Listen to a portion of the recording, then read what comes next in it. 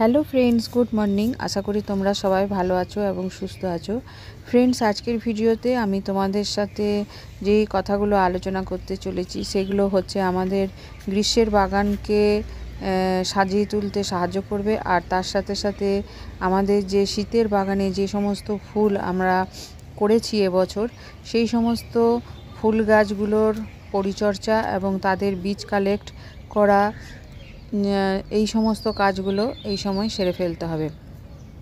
তো ফ্রেন্ডস, আমি অলরেডি কাজ শুরু করে দিয়েছি। আমার ম্যাক্সিমাম গাছ রিপোর্ট করা হয়ে গেছে।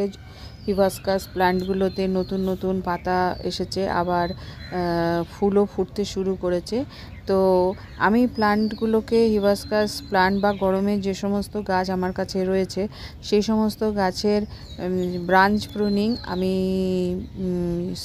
অক্টোবর মাসে আমি করে ফেলেছি। অক্টোবর নভেম্বরে আমি করেছি, যাতে করে ফেব্রুয়ারি মাসে এসে ব্রাঞ্চ প্রুনিং করলে ফুল আসতে একটুখানি সময় নেবে, সেই কারণে অ্যাডভান্সে করে রেখেছি। আর যেই গাছগুলো রুট প্রুনিং করার দরকার ছিল সেই সময়, যদি রুট বাউন্ড হয়েছিল যেগুলোর, সেগুলোকে রুট প্রুনিং করেও আমি রেখেছিলাম।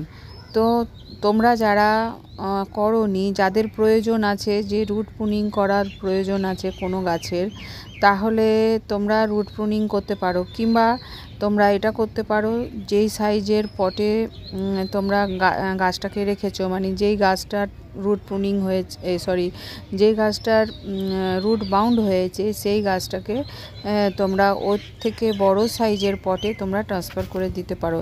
তাহলে এই সময় আর তাহলে রুট প্রুনিংয়ের প্রয়োজন হবে না, কারণ রুট আর ব্রাঞ্চ যদি একসাথে প্রুনিং করে দাও তাহলে ফুল আসতে সময় নেবে। তাই তোমরা চেষ্টা করবে যেই সাইজের গামলাতে প্ল্যান্টটা রয়েছে তার থেকে এক সাইজ বড় গামলাতে তোমরা খাবার দাবার দিয়ে গাছটাকে আবার বসিয়ে দিতে পারো।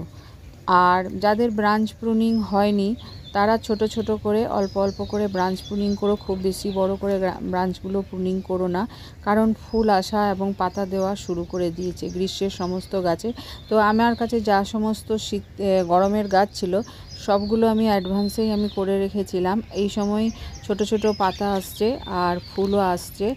আর এই সময় যেটা আমি করেছি ফ্রেন্ডস, যেটা হচ্ছে খাবার দাবার দিয়েছি গাছকে, কম্পোস্ট সার দিয়েছি, ভার্মি কম্পোস্ট, কোনোটাতে গোবর সার, যেখানে যেরকম অ্যাভেলেবেল তোমাদের কাছে থাকবে তোমরা সেভাবে করবে, সেইভাবেই বসিয়ে দিয়েছি। আর তার সঙ্গে মিক্স খাবার, প্রত্যেকটা গাছে মিক্স খাবার দিয়ে দিতে হবে, কারণ শীতে তারা কোনো খাবার পায়নি, তারা ঘুমিয়েছিল। এবার ঘুম থেকে তারা জেগে উঠেছে, এবার তাদের প্রচুর পরিমাণে খাবারেরও প্রয়োজন আছে, আর সানলাইটেরও প্রয়োজন আছে। তাই তাদেরকে এখন খাবার দেবে, কারণ তারা এখন নিজেদেরকে বিকশিত করবে, ব্রাঞ্চ ছাড়বে এবং কুড়ি আসবে এবং ফুল ফুটতে শুরু করবে। তাই এই সময় গ্রীষ্মের সমস্ত প্ল্যান্টকে তোমরা এইভাবে করো, যার যেরকমভাবে মানে প্রয়োজন আছে। সবাইকে যে রুট প্রুনিং করতে হবে এমন কোনো কথা নেই। রুট তাদেরকেই প্রুনিং করতে হবে যাদের যে সমস্ত গাছগুলো রুট বাউন্ড হয়ে গেছে তাদের। যদি রুট প্রুনিং থেকে বাঁচতে চাও তাহলে এক সাইজ বড় গামলাতে তোমরা বসিয়ে দেবে, তাহলে আর রুট প্রুনিং করার এখন দরকার পড়বে না। আর ছোট্ট ছোট্ট ব্রাঞ্চ যদি তোমরা আগে থেকে প্রুনিং করে না করে থাকো, তাহলে অবশ্যই ছোট্ট ছোট্ট করে অল্প অল্প করে ব্রাঞ্চ প্রুনিং করে দিতে পারো। আর আমার যেগুলো শীতের গাছ ছিল, যেমন চন্দ্রমল্লিকা ছিল, আরও নানান ধরনের ফুলের গাছ ছিল। তো এখন আমি চন্দ্রমল্লিকা তোমাদেরকে দেখাচ্ছি, যেহেতু স্ক্রিনে চন্দ্রমল্লিকাই বলছি। চন্দ্রমল্লিকা প্ল্যান্টগুলোতে তোমরা দেখেছো এবছর শীতে কত ফুল হয়েছে। এই সমস্ত গাছগুলোকে আমি অনেক দিন আগেই, যখন ফুল শুকোতে আরম্ভ করেছে তখন আমি প্রুনিং করে দিয়েছি, এবং প্রুনিং করার পরে ছোট ছোট সাইড দিয়ে অনেক নতুন ব্রাঞ্চ বেরিয়েছে। আর এদেরকে এখনও আমি ফুল সানলাইটে রেখেছি। আর পরিমাণ, যেহেতু ব্রাঞ্চ প্রুনিং করে দিয়েছিলাম, ছোট সাইজ হয়ে গেছে গাছের, খুব বেশি ব্রাঞ্চ নেই, তাই জলের খুব একটা প্রয়োজন হয় না। তাই অল্প অল্প জল দেখে দেখে গাছকে দিতে হবে। আর কোনো খাবার দাবারের কোনো প্রয়োজন নেই এই সময় গাছকে, কোনো রকম শীতের গাছে কোনো রকম খাবার দাবারের প্রয়োজন নেই। অল্প অল্প জল দিতে হবে, সাইড দিয়ে ব্রাঞ্চ ছাড়বে। যখন আবার চন্দ্রমল্লিকা তোমরা ব্রাঞ্চ কাটিং থেকে বসাবে তখন এইখান থেকে নিয়ে তোমরা কাটিংগুলো বসাতে পারবে। আর তেমনি ডালিয়াতে এখনও ফুল দিচ্ছে, ফুল আসছে, সেটার ভিডিও আমি তোমাদের দেখিয়েছি। এখনও কুড়ি আসছে, তো ফুল হচ্ছে। ফুলগুলো যখন বাসি হচ্ছে সেই স্টিকটাকে কেটে তোমাদেরকে বাদ দিয়ে দিতে হবে। যখন ডালিয়ার ফুল সমস্ত কমপ্লিট হয়ে যাবে সেই প্ল্যান্টটাকেও তোমরা ছোট্ট করে 2 ইঞ্চি কি 3 ইঞ্চি রেখে বাকি পোর্শনটা কেটে রেখে দেবে। তো যখনই গাছকে অনেকটা পোর্শন কেটে বাদ দিয়ে দেবে, তো জলের পরিমাণটাও তখন কিন্তু কম দিতে হবে। আর দিনের দিন যখন টেম্পারেচার বাড়তে থাকবে, এই প্লান্টগুলোকে, শীতের যে প্লান্টগুলো আছে সেই প্লান্টগুলোকে তোমরা একটা সেমি শেড এলাকায় রাখবে, যেখানে হালকা একটুখানি রোদ মর্নিংয়ের আসে, সেরকম একটা জায়গাতে। আর একটুখানি করে খালি গাছকে বাঁচিয়ে রাখার জন্য অল্প অল্প করে জল দেবে। তো এটাই হচ্ছে শীতের যেগুলো গাছ সেগুলোর জন্য বললাম। যে কোনো গাছ, যেগুলো চন্দ্রমল্লিকা বলো, তোমার ডালিয়া বলো, যেগুলো তোমরা রাখতে পারবে, সব গাছ তো তোমরা রাখতে পারবে না। পিটুনিয়াও বেশ কিছুদিন চলে যাবে, কিন্তু পিটুনিয়াতে যেন বৃষ্টিতে না ভেজে, বৃষ্টিতে ভিজলে নষ্ট হয়ে যাবে। তো অবশ্যই যেগুলো হাইব্রিড চন্দ্রমল্লিকা আছে বিশেষ করে, সেইগুলোকে কিন্তু বৃষ্টিতে বেশি ভেজানো যাবে না। বৃষ্টিতে বেশি ভিজলেই কিন্তু গাছগুলো পচা শুরু করবে। তাই এই জিনিসগুলোকে তোমাদের খেয়াল করতে হবে।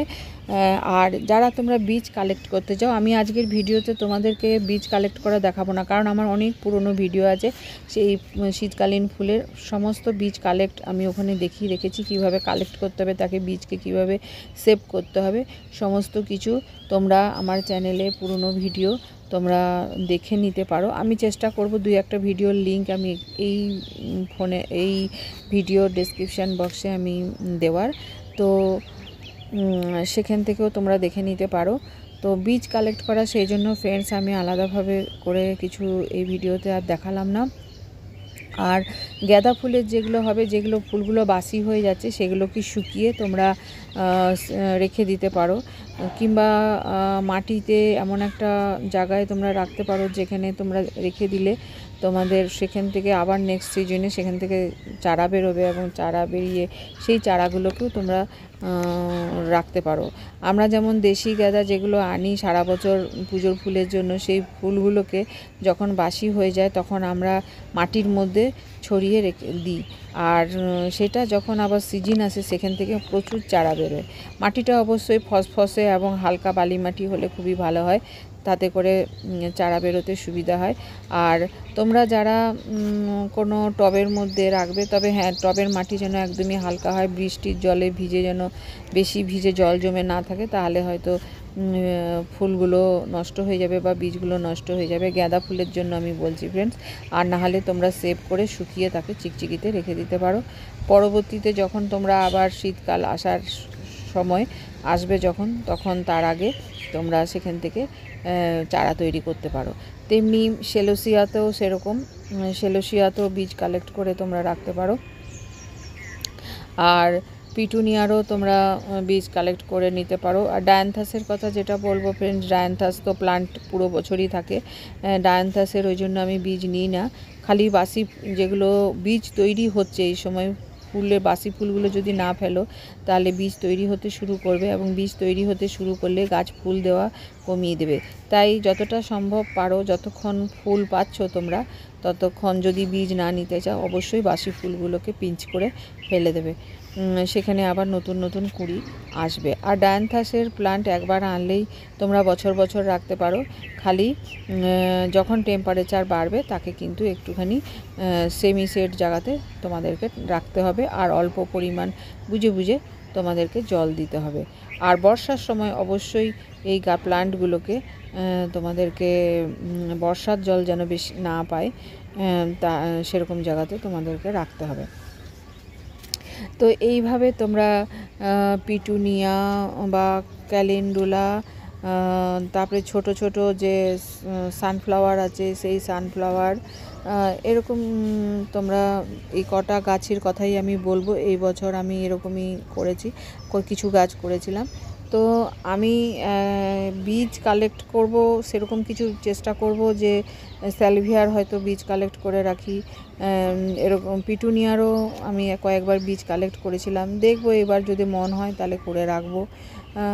তো এইভাবে তোমরা করতে পারো। আর এই বাসি যেগুলো ডায়ান্থাসের, এগুলোকে ছিঁড়ে ছিঁড়ে ফেলে দাও, তাহলে এখন দিয়ে আবার নতুন ব্রাঞ্চ বেরিয়ে আবার ফুল দেবে, যতদিন মানে এই ঠান্ডা ঠান্ডা ওয়েদারটা থাকবে ততদিন। তো ফ্রেন্ডস, শীতকালীন ফুল যেগুলো এখনও সানলাইট নিতে পারছে তারা, কিন্তু যখন সানলাইট টেম্পারেচার বাড়বে, যেই গাছগুলোকে তোমরা সেভ করে রাখতে পারবে সেই গাছগুলোকে তোমরা সেরকম জায়গাতে শিফট করে নেবে। আর যেগুলো সময়ের সাথে হয়তো মে জুন মাসের পরে রাখা যাবে না, সেগুলো তো রাখা যাবে না, আবার নেক্সট সিজনে আবার তোমাদেরকে নতুন করে প্লান্ট তৈরি করতে হবে।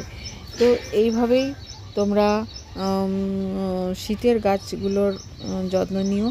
আর গরমের গাছগুলো যেমন তোমাদের অ্যাডিনিয়াম, জেট প্লান্ট, তারপরে হিবিস্কাস প্লান্ট, তারপরে আরও যে নানান যে প্লান্ট আছে সেইগুলোর সমস্ত প্লান্টকে এই সময় খাবার দিতে হবে, প্রয়োজনে রিপোর্ট করতে হবে, প্রয়োজনে তোমাদেরকে একটুখানি হালকা করে যদি ব্রাঞ্চ তোমরা প্রুন করে না থাকো প্রুন করতে হবে।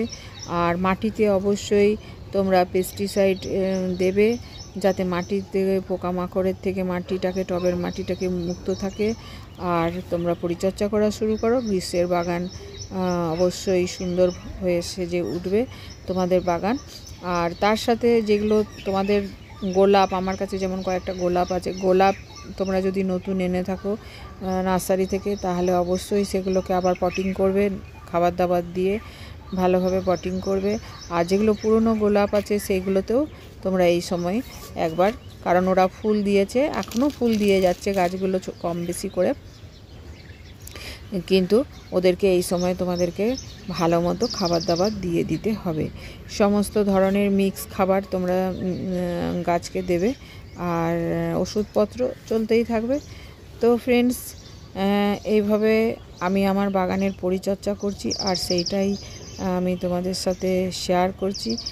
তো যদি তোমাদের আমার এই ভিডিও ভালো লাগে, অবশ্যই এই সময় তোমরা কিছু যদি সবজি করতে চাও, আমি সবজির মানে এটা এই ভিডিওতে আমি দেখাতে পারলাম না, তোমরা এই সময় যে গ্রীষ্মকালীন কিছু সবজি করতে চাও তার বীজ এই টাইমটাই হচ্ছে সবথেকে ভালো সময়, মানে চলে যাচ্ছে সময়টা, ফেব্রুয়ারি মাসটা, ফেব্রুয়ারি আর মার্চ মাসটা। তো এই সময় তোমরা বীজ বসিয়ে চারা তৈরি করে নিতে পারো, কিংবা শাকের বীজ যেমন লাল শাক, পুঙ্কে শাক, এই সময় ওয়েদারটা খুব সুন্দর, তো এই সময় তোমরা কিছু শাকের বীজও তোমাদের যদি জায়গা থাকে তাহলে তোমরা তৈরি করতে পারো। তা আমি লাল শাক এবং পুঙ্কে শাকের বীজ অলরেডি মাটিতে দিয়ে দিয়েছি, কিছু কিছু চারা বেরিয়েছে, আর কিছু কিছু কয়েকদিনের মধ্যে বেরিয়ে যাবে। আর এই গরমে তোমরা টমেটো, লাউ, কুমড়ো, ঝিঙে, তারপরে ধুন্দুল, এই টাইপের কিছু সবজি তোমরা করতে পারো। অবশ্য গরম যখন খুব বেশি বাড়বে তখন তোমাদেরকে একটু, যাতে তীব্র গরম যখন যেমন থাকে সেই সময় একটু ফল আসলেও মানে ঝরে পড়ে, ফল হতে চায় না। তো মোটামুটি করে তোমরা কিছু সবজিও করতে পারো সাইডে। তো ফ্রেন্ডস, আজকের ভিডিওতে এইটুকুই। তোমাদেরকে আমি পুরো আমার ছাদ বাগানটা তোমাদেরকে ঘুরিয়ে দেখালাম, আর তার সঙ্গে কিছু শেয়ার করলাম যেগুলো এই সময়টায় খুবই জরুরি। যদি তোমাদের আমার এই ভিডিও ভালো লাগে, অতি অবশ্যই লাইক, কমেন্ট, শেয়ার এবং সাবস্ক্রাইব করো। আর তোমরা সবাই ভালো থেকো এবং সুস্থ থেকো। By friends.